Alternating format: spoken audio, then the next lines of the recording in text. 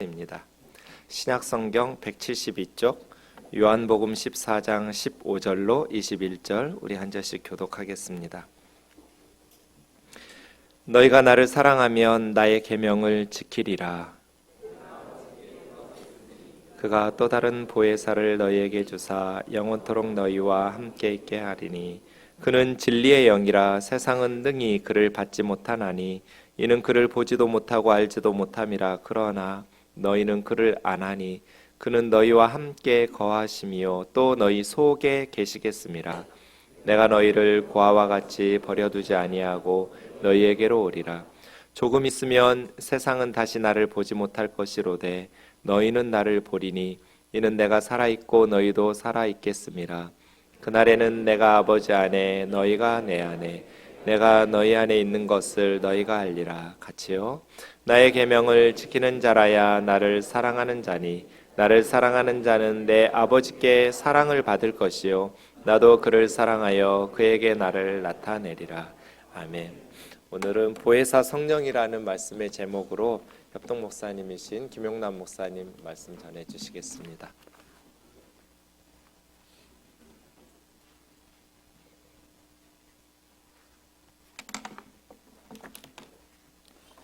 다 같이 기도하시겠습니다.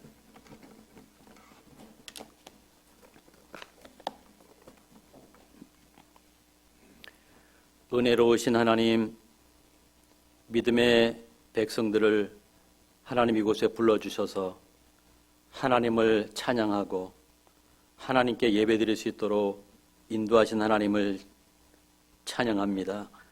우리 예배를 받아주시고 하나님이 말씀하신 그 말씀을 우리의 마음에 새길 수 있도록 이곳에 찾아오셔서 역사하여 주옵소서.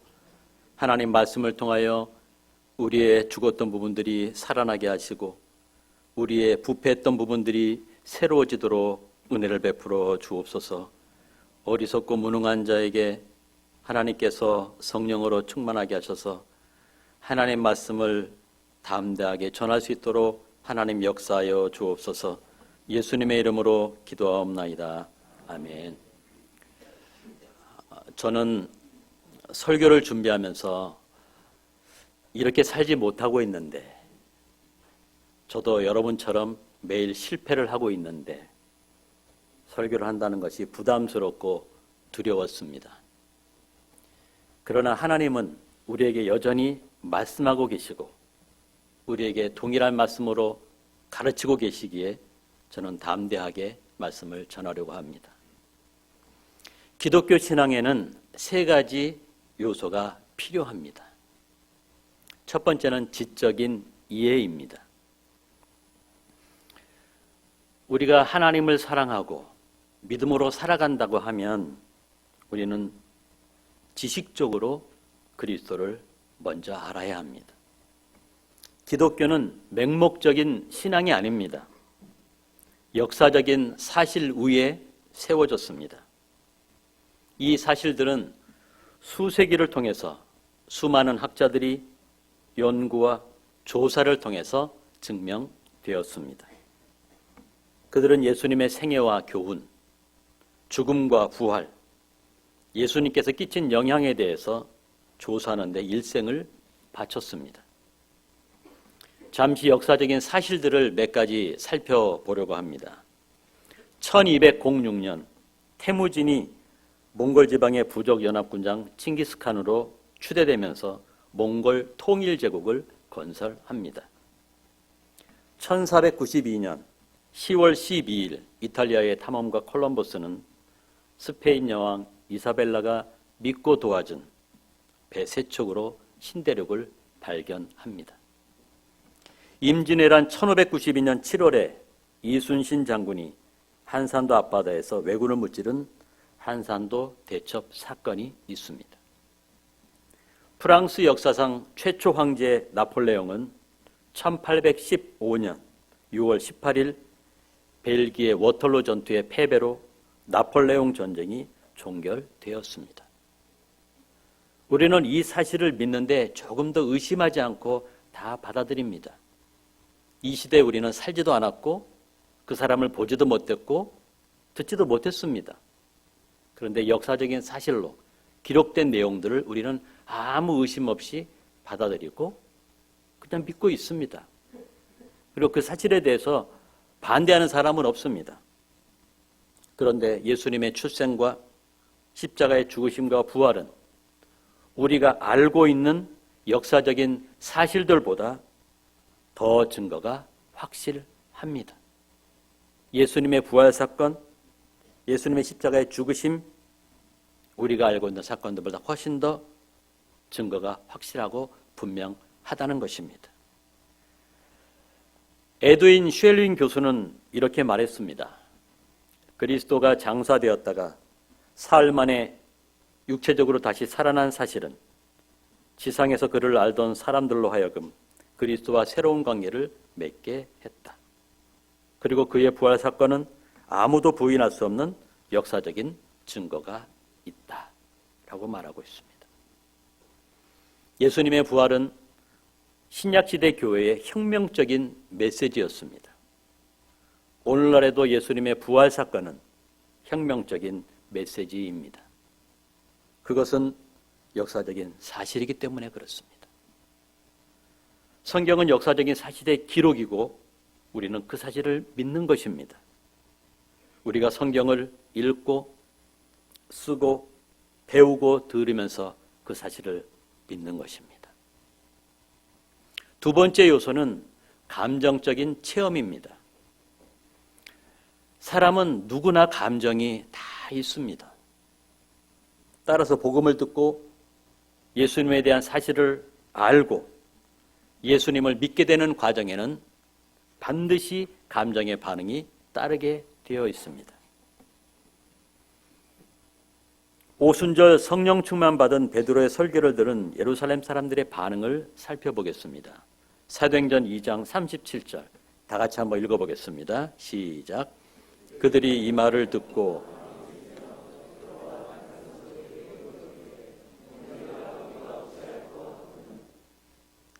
마음에 찔려 우리가 어찌할꼬 하거늘 이렇게 말씀합니다. 여기는 두 가지 반응이 나타납니다.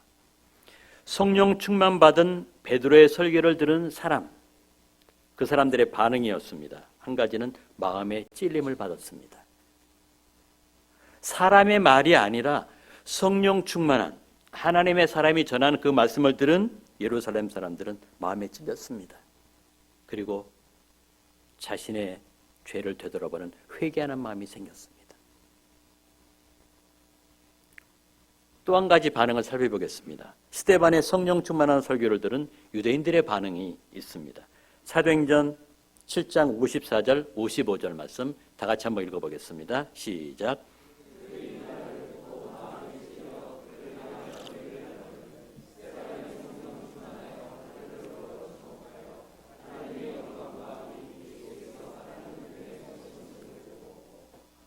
스데반이 성령 충만하여 설교를 했습니다. 유대인들의 반응은 두 가지였습니다. 마음에 찔렸고 대적하는 마음이 생겼습니다. 똑같은 성령의 역사가 일어났습니다. 예루살렘 사람들은 그 말씀에 회개하는 마음이 생겼습니다. 유대인들은 그 말씀을 듣고 이를 갈았습니다. 저 사람을 그대로 두면 안 되겠다. 저 사람을 그대로 두면 안 되겠다. 결국 스데반은 죽었습니다. 돌로 맞아 죽었습니다. 여러분들은 하나님의 말씀이 내 마음을 찌를 때 어떤 반응을 가지고 계십니까? 하나님의 말씀이 선포될 때, 그 말씀이 나에게 다가올 때, 그 말씀이 내 마음을 찌를 때, 그 말씀이 내 마음을 아프게 할 때, 여러분들은 어떤 반응을 가지고 계십니까? 믿음의 사람, 하나님의 사람이라면 회개하는 마음이 생겨야 할 것입니다. 감정적인 체험이 없으면 구원의 확신을 갖기가 어렵습니다. 그런데 감정적인 체험은 필요하지만 특별한 체험만을 강조하는 것은 건강한 신앙인의 모습이 아닙니다. 세 번째 요소를 보겠습니다. 의지적인 결단입니다. 그리스도인이 되고 자신이 그리스도인임을 확신하는 데는 지성과 감정 외에 자신의 의지도 포함되어야 합니다. 예수님은 젊은 부자 관원에게 의지적인 결단을 요구하셨습니다. 누가복음 18장 22절 말씀을 다 같이 한번 읽어보겠습니다. 시작. 내게 아직도 한 가지 부족한 것이 있으니 내게 있는 것을 다 팔아 가난한 자에게 나눠주라. 그리하면 하늘에서 내게 보화가 있으리라. 그리고 와서 나를 따르라. 모든 사람에게 똑같은 종류의 결단을 요구하는 것은 아니지만 모든 사람에게 공통적으로 원하시는 것은 신앙의 의지적인 결단입니다. 하나님은 믿음의 백성들에게 개인적으로 의지적인 결단을 요구하십니다. 내가 그리스도인으로 살아간다면 교회 뜰 앞만 밟는 사람이 아니라 내가 이렇게 살아야 되겠다. 내가 이런 삶을 살고 싶다 하는 의지적인 결단을 요구하고 계신다는 것입니다. 예수님을 만난 거지 맹인의 신앙 의지를 한번 보겠습니다. 누가복음 18장 38절 42절의 말씀입니다. 이 말씀도 다 같이 읽어보겠습니다. 시작. 맹인이 외쳐 이르되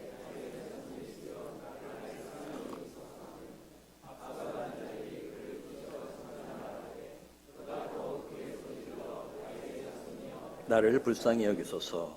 주여 보기를 원하나이다. 거지 맹인은 타인의 방해에도 불구하고 굽히지 않는 의지를 보여주었습니다. 예수 그리스도를 만난 이 맹인은 저 사람이 나를 구원해주고 나를 회복시켜주고 나를 살리실 것을 믿었습니다. 그래서 모든 사람의 방해에도 굴하지 않고 주님 앞에 나를 고쳐주십시오. 당신은 하실 수 있습니다. 나를 고쳐주십시오. 그는 그 의지를 보였습니다. 기독교 신앙은 예수 그리스도를 지적으로 알고 감정적으로 체험하고 의지적인 헌신의 결단이 반드시 필요합니다. 이런 과정이 나에게 필요하고 그런 과정을 통해서 우리는 견고한 신앙의 모습으로 살아갈 수 있기 때문입니다. 요한복음 13장에서 17장은 예수님께서 세상에 조금 더 계시다가 떠날 것을 말씀하시는 내용입니다. 3년 동안 함께 살았던 제자들에게 사랑하는 제자들아, 내가 조금만 더 있으면 너희들의 곁을 떠날 것이다. 이렇게 말씀하시는 내용이 나와 있습니다. 14장부터 16장은 성령에 대해서 말씀을 해주고 있습니다. 예수님이 떠나신다. 너희들의 곁을 떠난다. 이렇게 말씀하실 때 제자들은 어떤 마음을 가졌을까요? 내가 따르고 섬겼던 그 예수님이 나를 떠난다는 말씀을 하셨을 때 제자들은 어떤 마음이 생겼을까요? 제자들에게는 근심 걱정이 몰려오기 시작했습니다. 예수님이 떠나면 나는 어떻게 살지? 예수님이 떠나시면 우리는 어떻게 살아갈까? 근심 걱정이 찾아왔습니다. 마음에 근심이 많은 제자들에게 요한복음 14장 1절에서 이렇게 말씀했습니다. 다 같이 읽어보겠습니다. 너희는 마음에 근심하지 말라. 근심하지 말라. 하나님을 믿으니 또 나를 믿어라. 나를 믿어. 근심하지 마. 내가 너희 곁을 떠나겠지만 근심하면 안 된다 하고 말씀해 주셨습니다. 친히 앞에서 말씀해 주셨습니다. 그럼에도 불구하고 빌립은 이렇게 얘기했습니다. 아버지를 보여주십시오. 그러면 좋겠습니다. 요한복음 14장 9절도 한번 읽어보겠습니다. 시작. 빌립아, 내가 이렇게 오래 너희와 함께 있으되 어찌하여 아버지를 보이라 하느냐. 나를 본 사람은 아버지를 본 것인데 내가 아버지인데 왜 아버지를 보이라고 하느냐. 네 앞에 있는 내가 바로 아버지야. 예수님께서 떠나신다는 소식이 제자들에게는 밴 뉴스였습니다. 그런데 사실은 베스트 뉴스였습니다. 예수님이 떠나시는 것이 제자들에게는 나쁜 소식이었지만 궁극적으로는 좋은 소식이었습니다. 왜냐하면 이유가 있습니다. 예수님이 제자들에게서 떠난다는 사실이 좋은 소식이 되는 이유가 있습니다. 오늘 본문 16절을 한번 읽어보겠습니다. 다시 읽어봅니다. 시작. 내가 아버지께 구하겠으니 그가 또 다른 보혜사를 너에게 주사 영원토록 너희와 함께 있게 하리니. 보혜사를 너희에게 주신다. 보혜사라는 말은 개적개혁정판 성경에는 지킬 보, 은혜해, 스승사, 지키고 은혜 베푸시는 스승으로 번역할 수 있습니다. 그런데 보혜사는 헬라어로는 팔라클레토스라고 말합니다. 이 단어는 상당히 폭이 넓은 단어입니다. 임신한 단어라고 말하기도 합니다. 세상의 언어로 표현하기 어려운, 한계가 있고 한 단어로 표현하기 어려운 단어가 바로 팔라클레토스입니다. 어느 나라 언어로 번역을 해도 그 모든 내용을 다 포괄할 수 없는 언어가 보혜사, 팔라클레토스입니다. 팔라클레토스는 파라와 클레토스가 합성된 그런 언어입니다. 파라는 옆, 클레토스는 부름받아 오신 분. 팔라클레토스는 옆으로 불려오신 분이라는 뜻입니다. 무엇을 하려고 옆으로 불러오셨습니까? 무엇을 하시려고? 제자들을 도와주려고. 저와 여러분들을 도와주려고 팔라클레토스는 오신 것입니다. 어디로? 여러분들 옆으로. 여러분들 곁으로 오신 분이 바로 보혜사 성령이십니다. 영어 성경 표현은 역본에 따라 다릅니다. 위로자로, 상담자, 돕는 자, 변호사, 스승 이렇게 번역하기도 했습니다. 단어마다 특징을 갖고 있기는 하지만 팔라크레토스를 한 단어로 포괄하지는 못합니다. 성령을 팔라크레토스, 보혜사로 말씀하시는데 16절에 자세히 보면 다른 보혜사로 말씀하고 있습니다. 다른 보혜사를 내가 너에게 주겠다. 다른 보혜사. 다른 보혜사가 어떤 분이신가? 다른 보혜사는 인격자 하나님이십니다. 성령은 에너지나 능력이 아닙니다. 성령은 인격자이십니다. 성령은 우리에게 말씀하시고 우리의 마음 상태를 들으시고 위로하시고 인도하시고 질책하시고 도와주시는 분이십니다. 인격자이신 성령 하나님께서 구원에 필요한 모든 것을 제공하십니다. 성령 하나님은 한 사람을 택하시고 구원하시기 위해서 하나님의 말씀을 지식적으로 듣고 깨닫도록 하십니다. 말씀이 내 마음에 들어와 나를 찌를 때 감정의 변화가 일어나도록 도와주십니다. 또한 변화된 마음으로 담대하게 세상에서 살아가도록 의지적 결단을 하게 하시는 분이 성령이십니다. 내 마음에 찾아오셔서 나를 찌르고 나를 깨우시고 나의 죄를 드러나게 하시고 나를 질책하시고 권면하시고 나에게 의지적인 결단을 하게 하시는 분이 바로 보혜사 성령이십니다. 이 다른 보혜사라는 말은 알로스 예수님입니다. 헬라어의 단어에 보면 다르다는 표현이 두 가지 있습니다. 한번 따라하겠습니다. 알로스, 알로스, 헤테로스, 헤테로스. 여기 펜이 있습니다. 여기 다른 펜이 있습니다. 여기 펜이 있고 다른 펜이 있습니다. 근데 이 펜은 종류가 같은 다른 펜입니다. 이때 다르다는 알로스입니다. 여기 펜이 있습니다. 여기 다른 펜이 있습니다. 이것은 종류가 다른 펜입니다. 이것은 헤테로스라고 합니다. 다른 보혜사를 보내시겠다. 다른 보혜사는 예수님과 급이 같은, 예수님과 종류가 같은 분이라는 뜻입니다. 예수님과 같은 분인데 눈에는 보이지 않는 그분이 바로 팔라크레토스 성령이십니다. 사랑하는 제자들아, 내가 너희들에게서 떠날 것인데 다른 보혜사를 보내줄 거야. 그분은 바로 나야. 그런데 그분은 눈에 보이지 않아. 영으로 너에게 임하실 거야.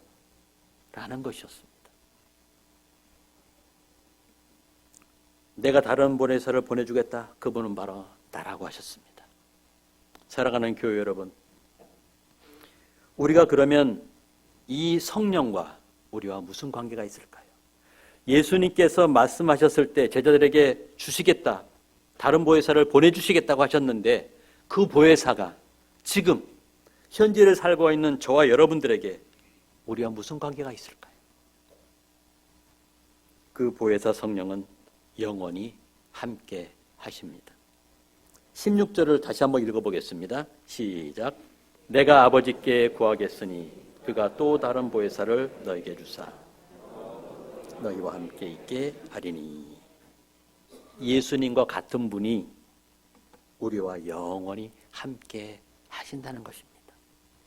지금 이 시간도, 지금 여러분들의 마음속에 예수님과 같은 분이 영원토록 함께 하신다고 말씀하셨습니다. 그분이 보혜사 성령이십니다. 그런데 눈에 보이지 않는 영으로 존재한다는 것입니다. 육체를 가진 인간은 항상 우리와 함께 있을 수 없습니다.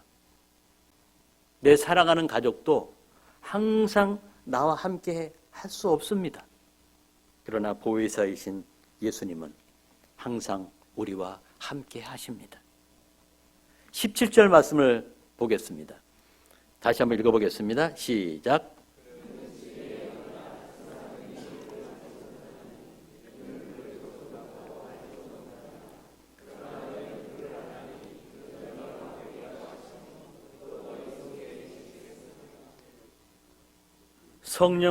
세상은 성령을 보지도 못하고 알지도 못합니다. 그러나 너희는 성령을 아나니. 세상 사람들은 성령을 보지도 못하고 알지도 못합니다. 그러나 이곳에 계신 하나님을 사랑하는 신자들에게 너희는 성령을 아나니 라고 말씀합니다. 저와 여러분들은 성령을 압니다. 그리고 알아야 합니다. 믿음의 사람은 성령을 압니다. 그는 너희와 함께 거하시며 또 너희 속에 계시겠습니다. 너희 속에 있다 라는 말은 너희 안에 있다라는 말입니다. 이것은 세 가지로 설명할 수 있습니다. 따라하겠습니다. 내 주, 우리 안에 계신다 하는 것입니다. 초월, 천국에 계신다. 성령은 천국에 계십니다. 편재, 온 땅 어디든지 계신다. 보혜사 성령은 우리 안에도 계시고요. 천국에도 계시고요. 온 땅 어디든지 계십니다. 제가 내주하면 여러분들 그 다음 문장 한번 읽어봐 주십시오. 내주, 초월, 편재. 성령은 내주하시고 초월하시고 편재하시고 영원히 우리와 함께 하십니다. 믿으시기 바랍니다. 두 번째는 우리를 버리지 않으십니다. 18절 말씀해 보면 이렇게 말씀하고 있습니다. 한번 읽어보겠습니다. 시작. 내가 너희를 고아와 같이 버려두지 아니하고 너에게로 오리라. 여러분들 사람들에게 버림받아 보신 적 있으십니까?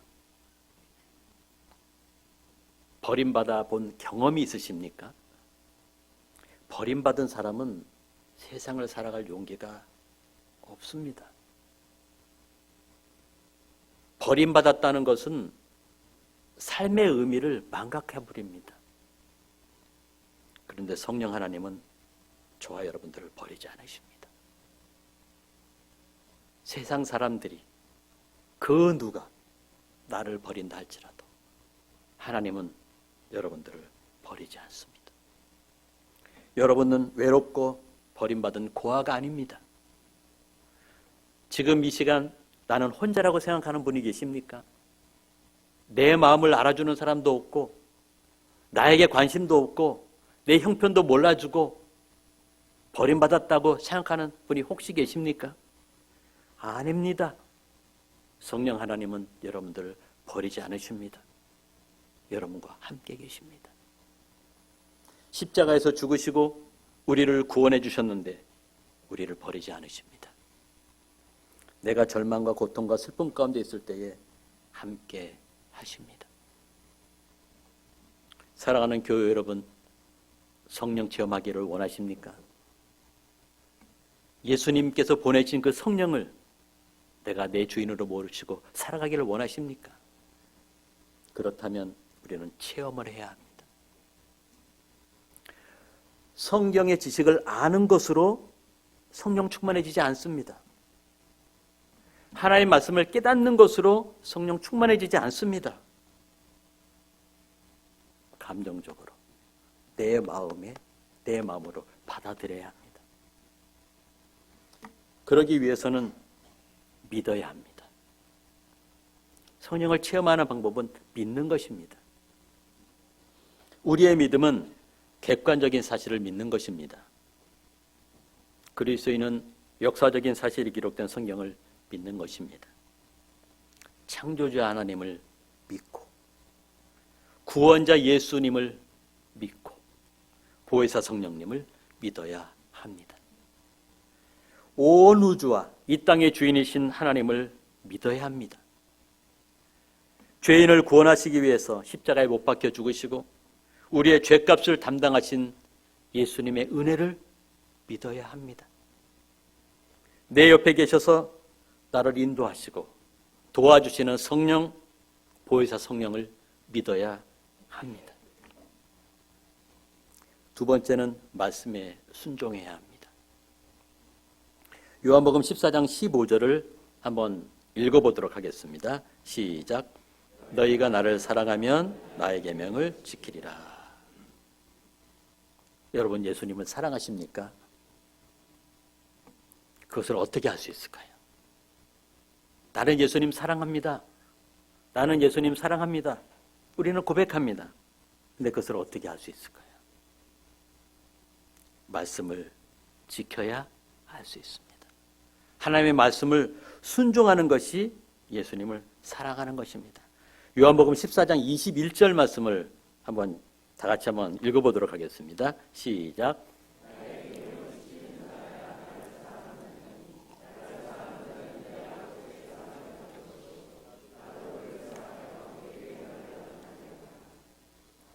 나의 계명을 지키는 자라야 나를 사랑하는 자다 라고 말씀했습니다. 이 말씀을 표준 세번역이라는 성경에서는 좀 더 쉽게 이렇게 번역을 했습니다. 이 본문도 한번 읽어보겠습니다. 시작. 내 계명을 받아서 지키는 사람은 나를 사랑하는 사람이요 나를 사랑하는 사람은 내 아버지 사랑을 받을 것이다. 그리고 나도 그 사람을 사랑하여 그에게 나를 드러낼 것이다. 이 말씀들을 잘 정리해 보면 크게 세 가지로 정리해 볼 수 있습니다. 예수님을 사랑하는 자는 하나님의 말씀을 지키게 되어 있습니다. 왜? 예수님을 사랑하기 때문에. 예수님을 사랑하는데 사랑하는 예수님께서 하신 말씀이기 때문에 그 말씀을 지키게 되어 있습니다. 그 말씀을 지키시는 자에게는 약속하신 보혜사 성령을 드러내 주신다고 했습니다. 교회를 오래 다니고 신앙 경력이 많다고 해서 그리스도인으로 드러나는 것이 아닙니다.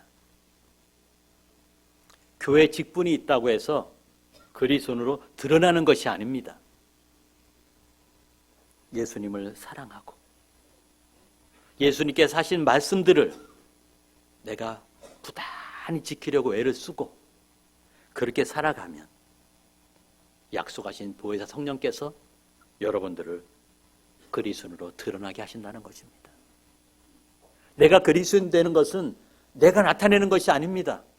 성령 하나님께서 나를 드러내게 하시는 것입니다.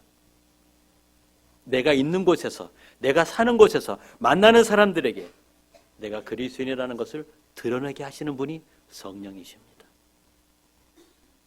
이런 사람들이 모여서 모인 공동체는 어떨까요?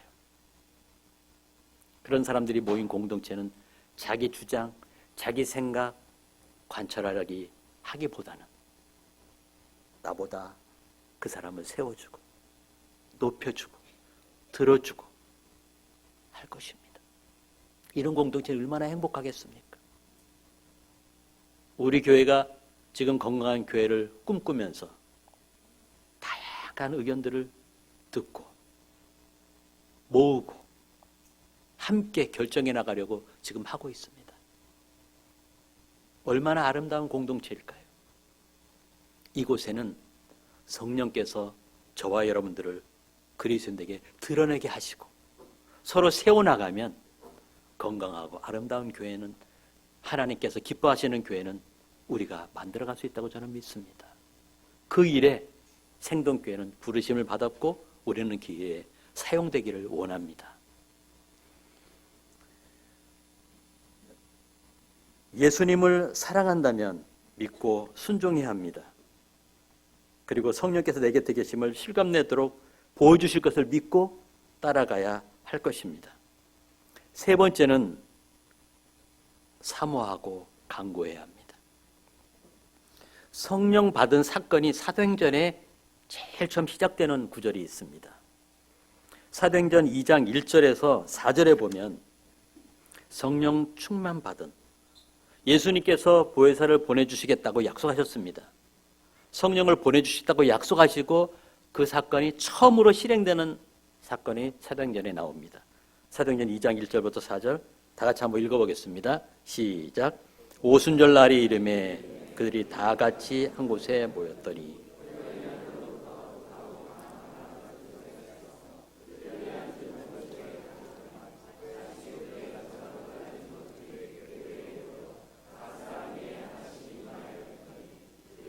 성령의 충만을 받고 그들이 다 한 곳에 모였습니다.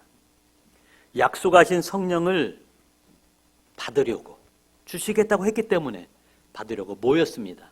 모여서 무엇을 했습니까? 사모했습니다. 간구했습니다. 우리의 기도가 성령을 사모하고 간구하는 기도가 되어야 합니다.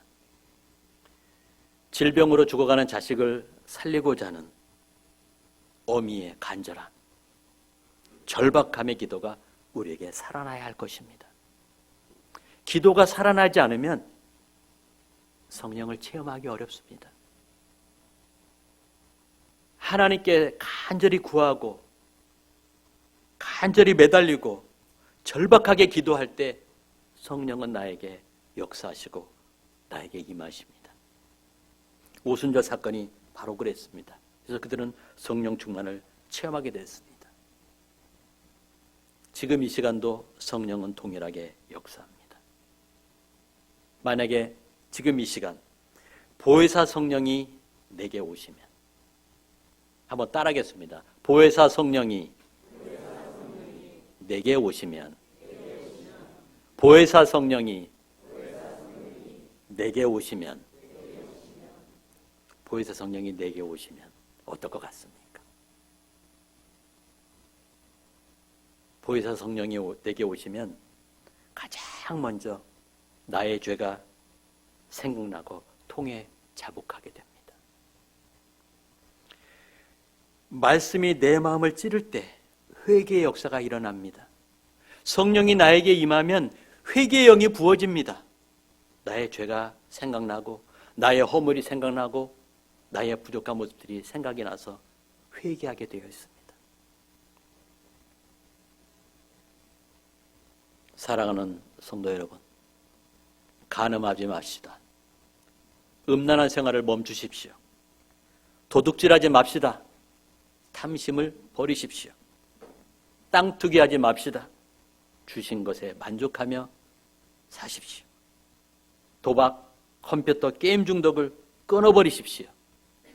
땀 흘린 대가에 감사하시기 바랍니다. 그런데 우리는 성령 체험을 방해하는 것들에 대해서는 너무 관대합니다.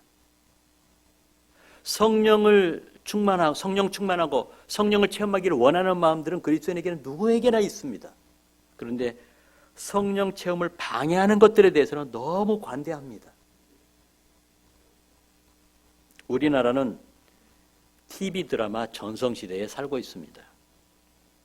여러분은 TV 시청이나 드라마 보는 시간이 일주일에 얼마나 되십니까?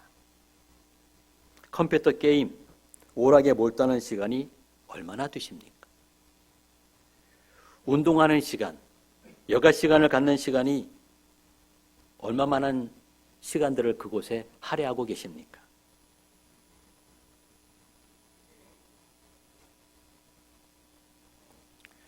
사람은 자신이 좋아하는 것, 관심이 있는 것에는 시간과 물질을 아낌없이 투자합니다. 그러나 성령 체험에는 관심이 없는 것 같습니다. 내가 어떤 결과물을 내기 위해서, 어떤 성과를 내기 위해서 따라가는 것에는 시간도 물질도 아낌없이 그곳에는 투자합니다. 그러나 성령 체험하는 데는 관심이 없는 사람들이 있지 않을까요? 나는 아무것도 하지 않고 있는데 성령은 역사하지 않습니다. 내가 하나님 앞에 절박하고 간절하고 시간을 내고 나의 시간을 쪼개서 모여서 합심해서 기도하지 않는데 성령은 역사하지 않습니다. 따뜻한 방에 있으면서 성령은 역사하지 않습니다. 내가 좋아하는 거 마음껏 하는 그곳에 성령은 역사하지 않습니다. 내가 많은 수익을 내는 곳에, 일을 열심히 하는 곳에 성령은 불과 같이 역사하지 않습니다. 성령은 나의 가장 소중한 시간을 할애해서, 가장 소중한 것들을 할애해서 모일 때 성령은 역사합니다.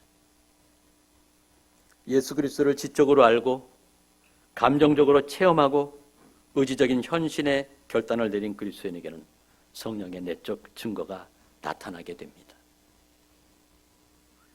지식적으로 예수 그리스도를 알고 감정적으로 체험하고 의지적인 헌신의 결단을 내린 사람에게는 성령의 내적 증거가 나타납니다. 로마서 8장 14절부터 16절 말씀을 다 같이 한번 읽어보겠습니다. 시작. 하나님의 영으로 인담을 받는 사람은 곧 하나님의 아들이라. 너희는 다시 무소화하는 종의 영을 받지 아니하고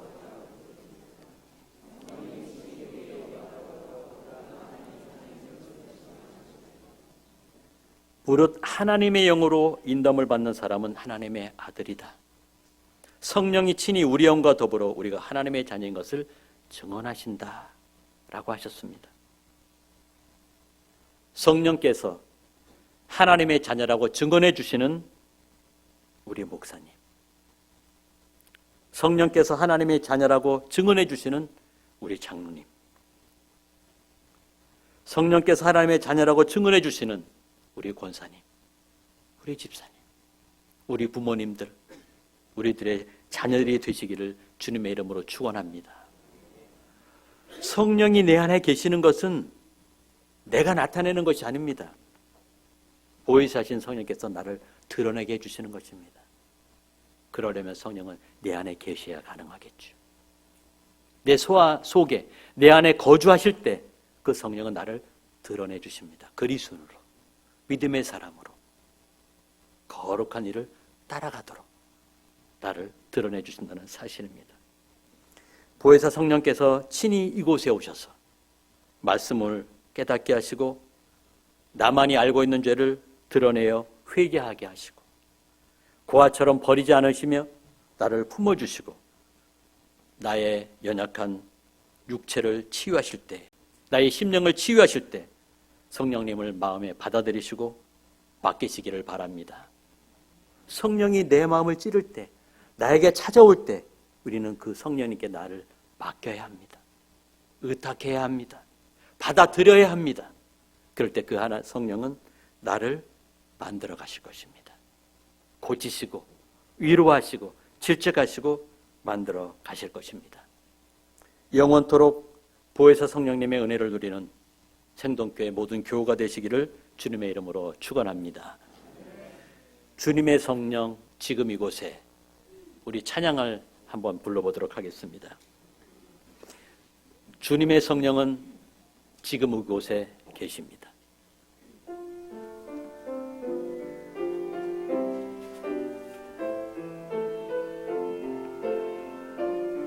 주님의 성령,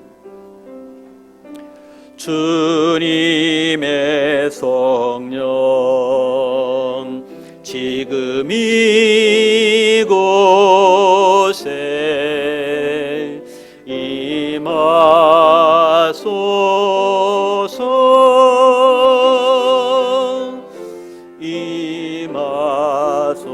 두 손을 들고 찬양합니다. 주님의 성령, 주님의 성령 지금 이곳에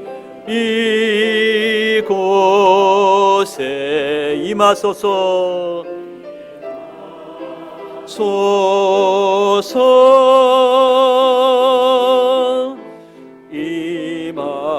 임하소서. 할렐루야, 할렐루야, 할렐루야,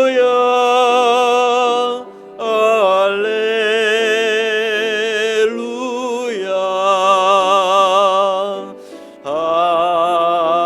할렐루야,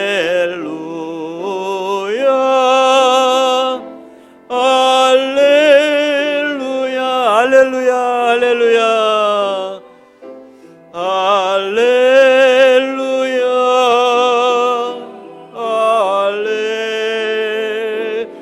할렐루야. 성령이여 임하소서. 할렐루야.